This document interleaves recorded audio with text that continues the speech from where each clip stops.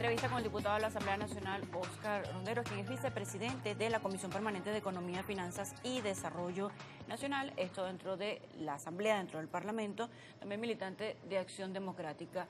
Habíamos dejado sobre la mesa, antes de ir al corte, el tema, presentaba esta disyuntiva, continúan llegando vuelos con connacionales deportados desde los Estados Unidos por diferentes razones, situación migratoria irregular, algunos señalamientos que no han sido comprobados y el zarpe de buques de Chevron que han iniciado desde el viernes pasado el traslado de petróleo venezolano, pero también entra en este discurso entre ambos países el tema de la recompensa con respecto a los señalamientos, a las acusaciones hacia el alto gobierno venezolano. Lo dibujábamos como un triángulo.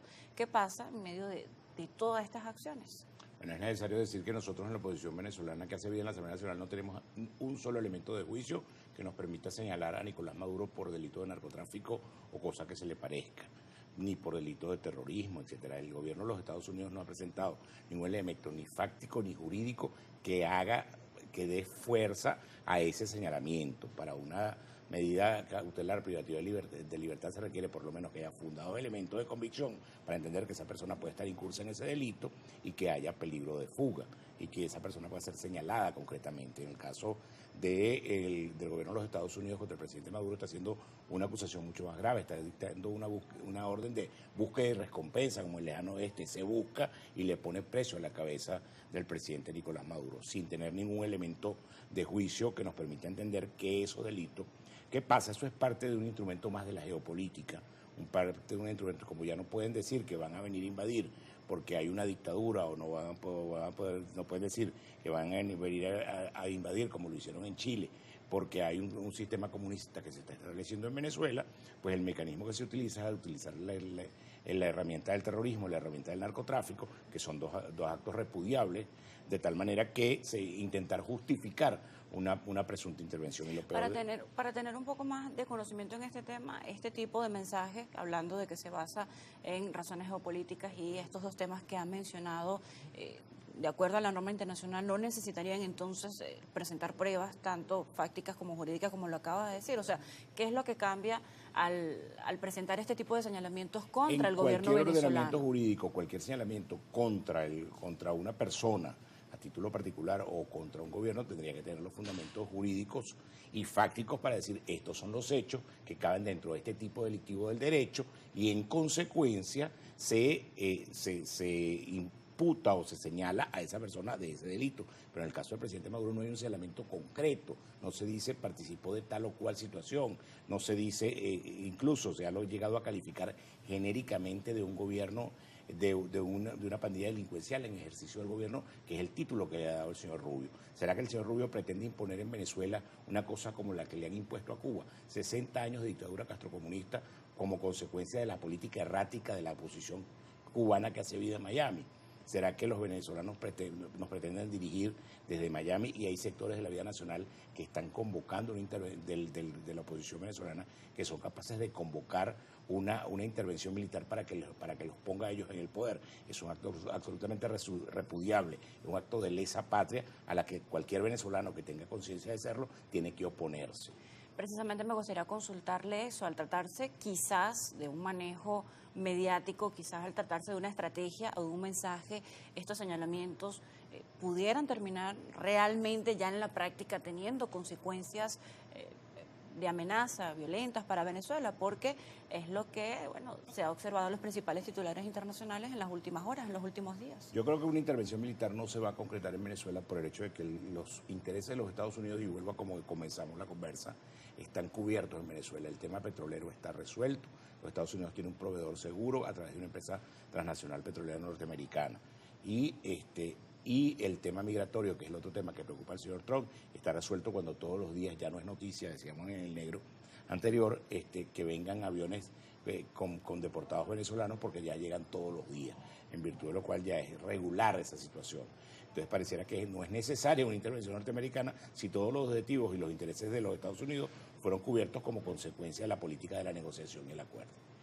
Colocándolo de una forma gráfica en lo cotidiano, lo que explica es que con esta reactivación de la licencia de Chevron, pero se están dando estas amenazas a la par, bueno, no habría riesgo de que sucediera nada, sería como que este gobierno americano se apuntara al pie, para no decir la palabra completa, o sea, sería como que se apuntara al pie al tener sus intereses puestos dentro del traslado de este crudo Trump venezolano. Es un negociador que le gusta negociar siempre por arriba, le gusta estar encima en la negociación, y esto no es más que un elemento más de la negociación, apalancándose con algunos actores internos que le colaboran en su mecanismo de la presión como mecanismo de la negociación.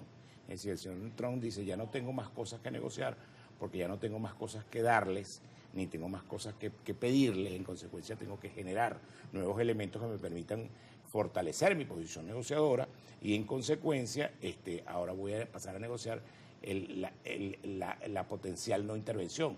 Yo no veo en ningún escenario un militar norteamericano poniendo el pie en Venezuela, porque los americanos no van a venir a pelear una guerra que no es suya, una guerra que no es de ellos. Este es un problema de nosotros los venezolanos, que debemos resolver entre venezolanos y de la forma más pacífica, constitucional y democrática posible.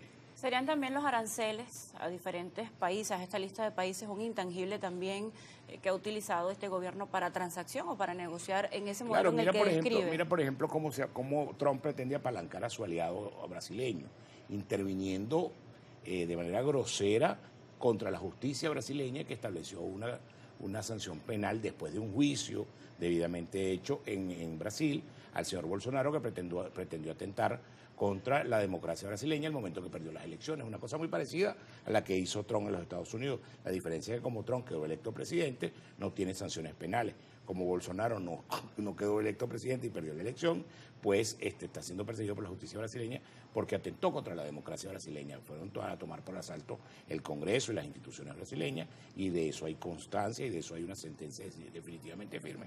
Entonces, al pueblo del Brasil le cobra al señor Trump que el hecho de que hubieran sancionado penalmente a Bolsonaro con un arancel como un mecanismo más de presión y de negociación, pero no, en ningún momento a nadie se le ocurre que el señor Trump pudiera pasarse por la idea de ir a invadir Brasil.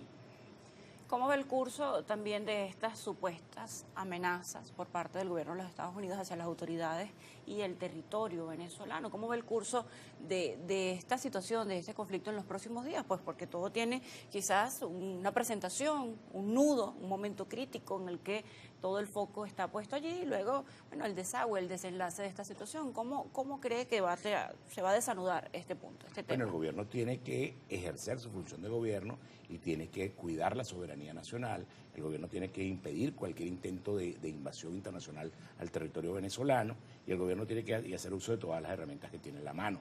Y el gobierno lo está haciendo. Entiendo que hay una labor de inteligencia importante por el Ministerio del Interior. El gobierno está haciendo lo que tiene que hacer, defendiéndose en el ejercicio del poder. Nadie va a pretender que venga un gobierno extranjero a imponer un gobierno en Venezuela, so cualquier pretexto de que yo no fui capaz de llegar por mis propios medios y voy a pedirle al gobierno norteamericano que me imponga como nuevo jefe del gobierno en Venezuela.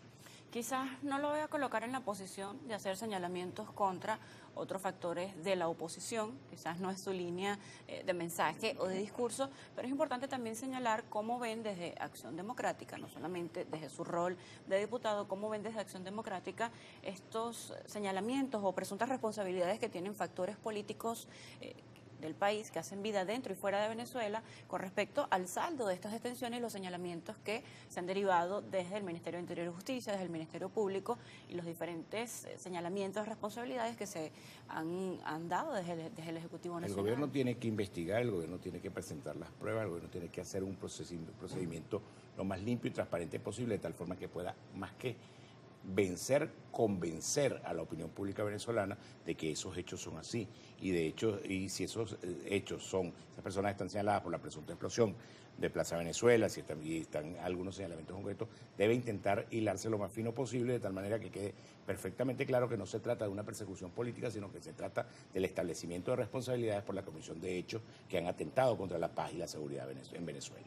También se ha dado la prohibición del uso de drones en los próximos 30 días. Es una medida prorrogable, pero quizás también esto ha generado un poco de incertidumbre, de dudas en el ciudadano, pero para quienes no lo conocen, el uso de drones tiene una normativa, tiene una serie de permisología, tiene una serie de medidas de seguridad, precisamente no solamente por aquello de seguridad nacional propiamente, sino porque también es una práctica que está debidamente regulada, no solamente en este lapso de los 30 días prorrogables. También, ¿cómo ve este tema? Vamos a profundizar un poco más. El gobierno tiene la necesidad de establecer este tipo de medidas extraordinarias frente a una amenaza que ya no es una amenaza velada, que es una amenaza frontal de gente que ha dicho que se va a la clandestinidad, de gente que se ha dicho que va a ir a acciones a acciones violentas contra el gobierno, y el gobierno está tomando sus medidas. El gobierno tiene que hacer lo que tiene que hacer, defenderse y no dejarse tumbar, defender el territorio nacional y no permitir una invasión extranjera. Eso es lo que un gobierno en ejercicio tiene que hacer.